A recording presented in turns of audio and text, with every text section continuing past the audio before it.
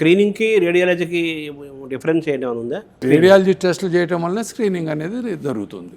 మీరు మన లంగ్స్ గురించి, లంగ్ క్యాన్సర్, బ్రెస్ట్ క్యాన్సర్ గురించి మాట్లాడుకున్నాం కదా. లంగ్ క్యాన్సర్లో కూడా ఇప్పుడు వెస్ట్రన్ కంట్రీస్లో అన్నిట్లో స్మోకర్స్ అందరికీ 50 సంవత్సరాల నుంచి they started low dose CT scan అని చెప్పి స్క్రీనింగ్ చేస్తున్నారు. అది చేయటం వల్ల ఏంటంటే ట్యూమర్ ఒకవేళ చిన్నగా 1/2 సెంటీమీటర్ 1 సెంటీమీటర్ ఉందనుకోండి, దాన్ని మళ్ళీ 6 నెలల్లో మళ్ళీ ఇంకోసారి స్కాన్ చేస్తే అది డబుల్ అయింది అనుకోండి, then will prove that it is a cancer. అప్పుడు సిటీ గైడెన్స్ తోటి మేము బయాప్సీలు చేసి అది క్యాన్సర్ ఉందంటే ఇమ్మీడియట్గా you can do the surgery and chemotherapy necessary chemotherapy they can do. Early stage 1 stage 2లో డయాగ్నోస్ చేస్తే సర్జరీ చేయడానికి వీలవుతుంది. దాంతో అవసరమైతే కీమోథెరపీ కూడా ఇస్తే it is a curable disease. Particularly స్మోకర్స్లో మనం 50 సంవత్సరాల నుంచి లో డోస్ సిటీ తోటి స్క్రీన్ చేయడం వల్ల చాలా లంగ్ క్యాన్సర్లు ప్రివెంట్ చేయొచ్చు.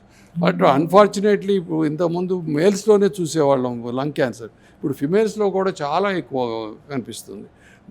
కారణం పొల్యూషన్,